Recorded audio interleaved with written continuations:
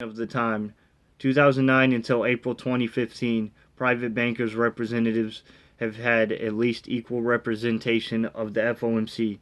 What's worse, the Obama administration holds another ignoramus, ignom, ignominious, ignominious record touching at the constitutional debility of the FOMC. It is the first administration to take the governors to a 45 minority, then it did at a second time, and then a third.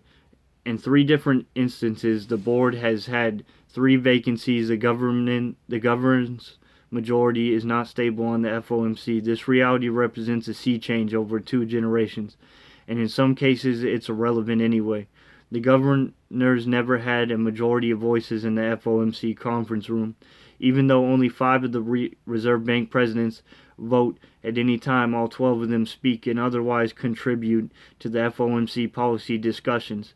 These two factors, that the governor's numerical dominance among voting members has been decreasing, and that the Reserve Bank president's numerical dominance among speaking members has been constant and overwhelming, mean that the defense of the 7-5 public voting majority on the FOMC is no defense at all. Judicial review of the FOMC. The common response to claim that an existing governmental arrangement violates the U.S. Constitution is easy enough. Someone should sue and get the courts to resolve the issue. That's what Humphrey's executor did. And the Free Enterprise Fund and all the other plaintiffs whose cases built the doctrines of appointments and removability over the century in the reserve banks are unconstitutional. Why haven't the courts invalidated them as such? The answer is somewhat strangely that the courts refuse to hear those cases. There's a doctrine of it's supposed to be judiciability. That is the rules to determine when courts properly hear a case, invented precisely to prevent this challenge to the FOMC from occurring in the 1970s and 1980s. A series of petitioners, first a congressman, then a senator, then private citizens, and then again another senator, challenged the structure of the FOMC on a roughly the basis described above. The litigation predated the holding and free enterprise fund that makes the FOMC's constitutional problems even clearer, of course, but the litigations still challenge the structure as unconstitutional because the Reserve Bank presidents were making federal policy without conforming to the constitutional requirements of presidential appointment and Senate confirmation in each case. The U.S. Court of Appeals and the D.C. Circuit refused to resolve the issue. The problem was the court's conception of its own jurisdiction. Article 3 of the U.S. Constitution limits the federal court's jurisdiction. 2 centuries of the judicial interpretations of those limitations present a morass of rules boil down to a requirement that a party have an actual injury caused by the opposing party that the court can correct. In the first case to challenge the FOMC, members of Congressional argued that mostly private status of the Reserve Bank presidents on the FOMC damaged the representatives' ability to function as members of the Congress, a curious theory of injury that the court was quick to reject. Private citizens brought the next case arguing that their investments and bonds, whose price was unquestionably influenced by the FOMC decisions, meant that they would challenge the Reserve Bank's governance. The D.C. Circuit threw out the suit because the citizens' complaints were merely generalized grievances shared in substantially equal measure by all or a large class of citizens. Subjecting those kinds of grievances to judicial resolution would require the courts to decide abstract questions of wide public significance, even though other governmental institutions may be more competent to address the questions, and even though the judicial invention may be unnecessary to protect individual rights. This generalized grievance approaching the limited jurisdiction is a common one. The private citizens therefore had no case. In both cases, there is nothing surprising about these results. The next 2 cases, though, were brought by U.S. Senator John Melcher a Democrat from Montana, to Senator Donna Regal, a Democrat from Michigan, who claimed a very different, very specific alleged injury. The senator's inability to advise the consent on appointment of principal officer exercising federal authority delegated by U.S. Congress, and Regal. The court found the Senator Regal's inability to exercise his right under appointments clause of Constitution is an injury sufficient personal to constitute an injury in fact. The Federal Reserve Act caused the injury because it prevented him from weighing in on appointments to the FOMC, and the court could redress the injury by removing that obstacle in Regal. It seemed as though the courts could finally evaluate the Fed's structure for constitutional defects, where the court gave him one hand, though it took with the other, expressly following the logic of a lay review article written by a D.C. Circuit judge, not on the panel. The court decided that the most satisfactory means of translating our separation of powers concerned into principal decision-making is through a doctrine of circumscribed equitable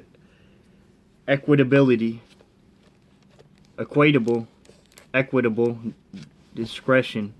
This new doctrine, circumscribed equitable discretion, meant that the court would refrain from evaluating the FOMC because it showed more respect for the other branches of government not to do so. As the court put, its equitable discretion allows courts to dismiss a case that presents separation of powers concerns without making those concerns part of the standing test. Note the irony here. One of the Reserve Bank's unconstitutional defects in that Congress didn't show much respect to the president's separate powers. Now the courts refused to evaluate a related problem because it wanted to show respect for Congress' separate powers. No matter, federal courts have since applied this doctrine to prelude review of FOMC actions. As a result, the courts will take up the challenge to constitutionally of the FOMC only if they reverse course of this curious doctrine of circumscribed equitable discretion. This romp through the constitutional law of the Federal Reserve Bank president's appointment and removal may seem like a sideshow to our inquiry into the meaning of the Fed's powers independence. The structure, in fact, the Fed's governance, who wields the power, and how they get to hold their positions is central to these questions. There can be no dispute that they, at the very least, the optics of the Reserve Bank governance, as former New York Fed President Timothy Geithner put it, are awful. The Reserve Bank's proximity to private institutions by having their bank CEOs on the Reserve Bank's board and having those CEOs and other participate in the selection and oversight of the Reserve Bank presidents insulates them inappropriately from public oversight. The mechanism in the representative democracy for controlling national policy is political. If someone in the government makes a decision that a citizen finds absurd, the citizen can raise the political cost for representatives. In keeping that official in place, if push comes to shove, the citizen can even make appointments of certain kinds of politicians a campaign issue. But if the Reserve Bank presidents, who wield significant power over the financial and monetary system, make decisions a citizen doesn't like, the usual political mechanism breaks down. There is no such public recourse, and therein lies the constitutional problem. Potential policy benefits to the current structure. Are Reserve Banks a check on inflation? As we saw in Chapter 1, the existence of a federalist central banking system that deposited power across multiple committees in multiple jurisdictions was an invitation to struggle between Washington and the Reserve Banks. The structure served the purpose in 1913 of reassuring warring factions in a core dispute about American identity. Wilson's hope was that the hybrid system meant that neither the government nor the bankers would wield undue power to accomplish undue mischief, But as a Federalist and institutional designer, Woodrow Wilson was no James Madison.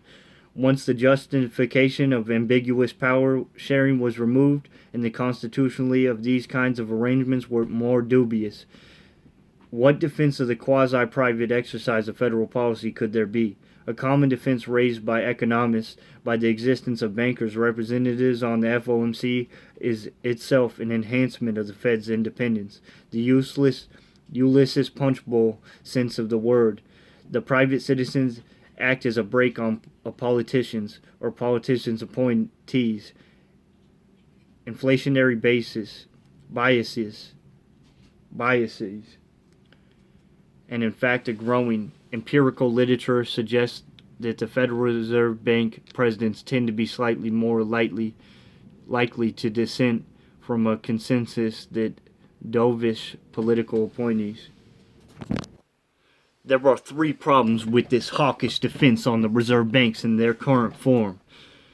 First, the leading theoretical text that gives credit to the Fed's founders doesn't reflect the different monetary policy-making context that existed at the various legislative moments in 1913, 1933, and 1935.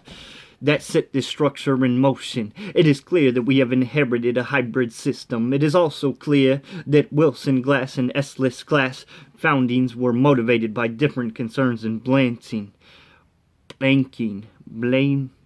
balancing hawks versus doves in the conduct of monetary policy was a political scientist, Lawrence Braz,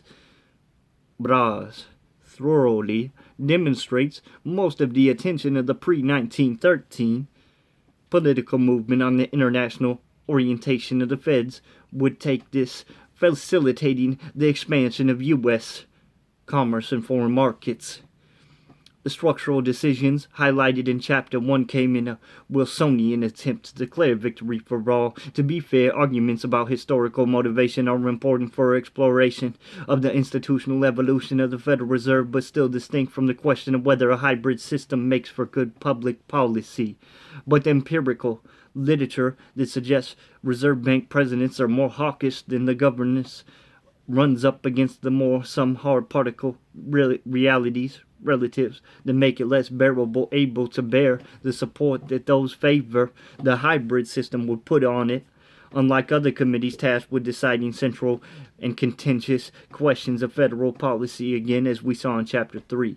The U.S. Supreme Court comes to mind. The FOMC functions are almost exclusively by consensus. Most of these empirical studies but use the FOMC votes as a core part of the methodology. But those are simply too few dissenting votes to give us much confidence in anti-inflation versus anti-unemployment, hawk versus dove tendencies of the Federal Reserve Bank got the governance of the FOMC. For example, a 2014 study estimated, on average, on dissent per meeting between 1948 and 2014, with only 6 total in the period between 2005 and 2008. Former Fed Governor Lawrence Meyer put on point memorably, think of the voting process as a game of musical chairs, he wrote. There were 2 imaginary red chairs around the table, the dissent chairs. The first FOMC members who sat in those chairs were able to dissent. After that, no one else could follow the same course. Some scholars have begun to employ profitably content analysis on the FOMC transcripts to get a better sense of inflationary preferences that don't terminate in dissenting votes. But even here, the cultural consensus of the FOMC looking us about how reserve banks shape outcome monetary policy decisions in the light of the conventional limitations of argument seems barely more than assertion that it should be obvious. The banker appointed representatives will favor tighter money than will political appointees. The logic here is then repeated, but is fragile nonetheless. Finally, there is availability of other alternatives of achieving the same goal, and the concern that changes the appointment structure of the Reserve Bank presidents, of their removal from the FOMC Whatever the central bank of the inflammatory, inflationary, is monetary policy, making their only options available to the anchor. The Fed is a predefined inflationary path. Monetary policy rules inflation, targeting consequences for failure to meet the targets, forward guidance. Any other alternatives used in jurisdictions would be the superior of a wing and a prayer method of hoping most of the Reserve Bank's presidents will always be more hawkish on the FOMC in the way that will measurably influence political policy outcomes. The political power of the bank, Federal Reserve banks. The foregoing discussion leads to important questions. Why, if the Federal Reserve banks are largely vestigial, vested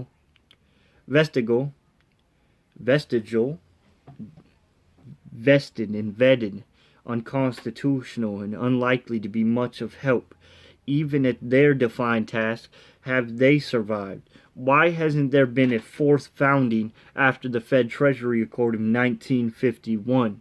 That removes them from our central bank entirely. The answer is simple enough. Politics and federalism, even though the Fed's popularity has plummeted since the 2008 financial crisis began. The Federal Reserve's banks provide a protective buffer against the political forces that would reshape them. The political power of the Reserve banks comes from the same source of their constitutional defects. The bank's problematic governance recall from the previous discussion. By statute, each bank is presided over a 9-member board of directors. Class A, directors are bankers selected by other bankers. Class B, directors are non-bankers selected by bankers. Class C, directors are non-bankers selected by the Board of Governors. Often, after informal consultation with the regional bank and its leadership, a similar structure exists for the 24 branches of the 12 Reserve banks. 4 board members are appointed by the Reserve banks, though their own board of directors, while 3 are appointed by the Board of Governors in Washington. Again, other informal consultation with the Reserve Bank and its leadership. This is where federalism and the concept of shared governments across multiple levels of sovereign jurisdiction comes to play. In each case, the directors are leaders in their community.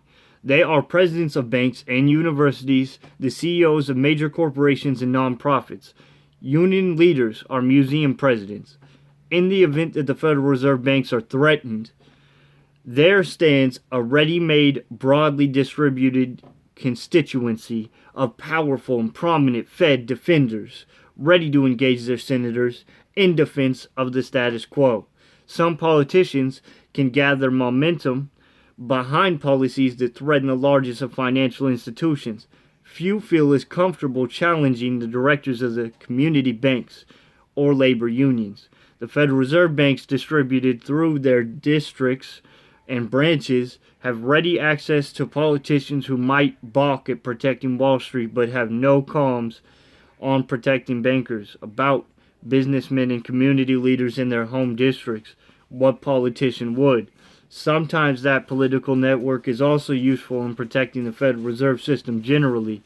Former Federal Reserve Bank of Dallas President Richard Fisher recounts a time when he flew on Southwest Airlines in May 2012.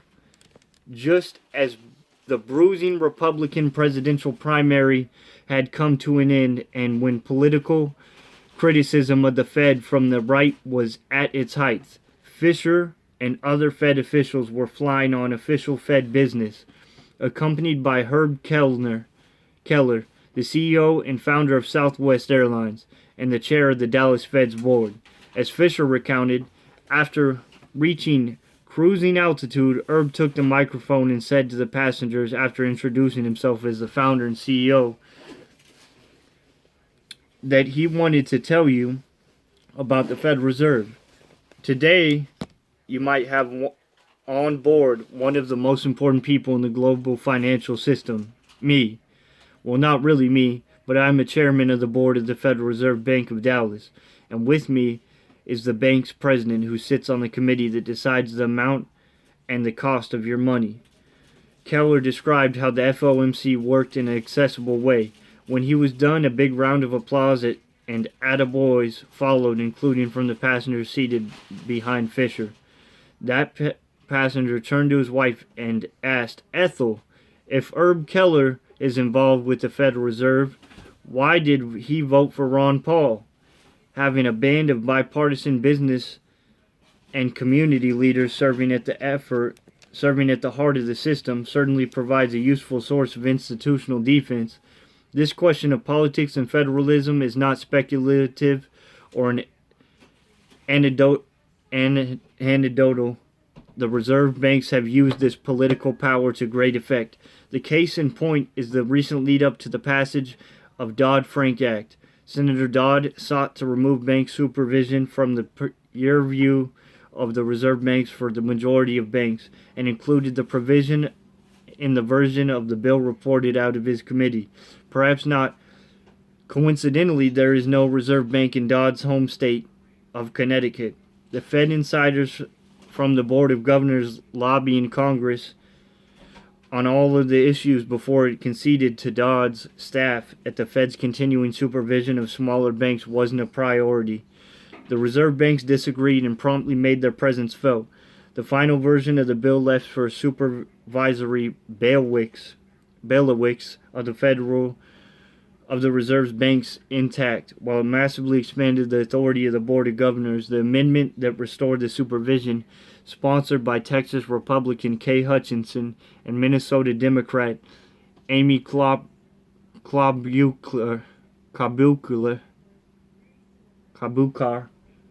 passed 91-8, just barely less popular than an amendment that eliminated what Republicans had characterized as a permanent bailout fund. Perhaps not coincidentally, there are reserve banks in both Minnesota and Texas. Reserve banks, as a matter of politics, are thus almost certainly here to stay in their current form. As a matter of governance and accountability, this is lamentable. They make the separation of bank supervision and the enforcement of bank regulation, delegated as those are in part to the reserve banks of the Board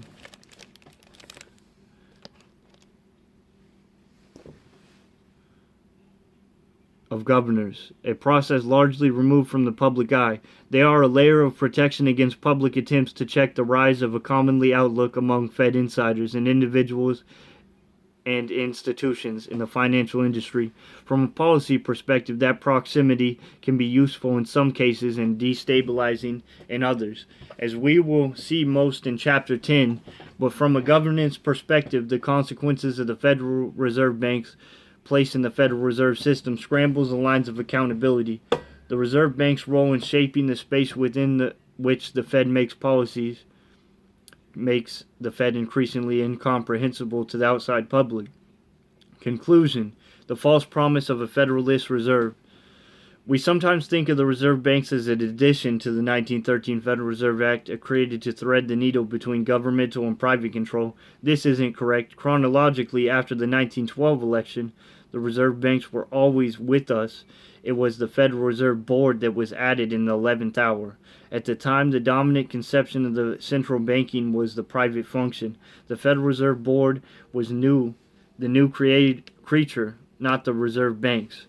But the reserve banks were intended to devolve control away from New York City and Washington. Their existence is what made the reserve system federal. The leading legislative model at the Federal Reserve System was called the National Reserve Association. But even from the beginning, the federal aspect was misleading. The bank's very location reflected not a federal union between state and national governments, but political compromises concerning an America in 1913 that no longer exists in 2016. Leave to the side that 50 state governments are served by 12 reserve banks. The system the founders created included 2 reserve banks in the state of Missouri and only one of West Dallas.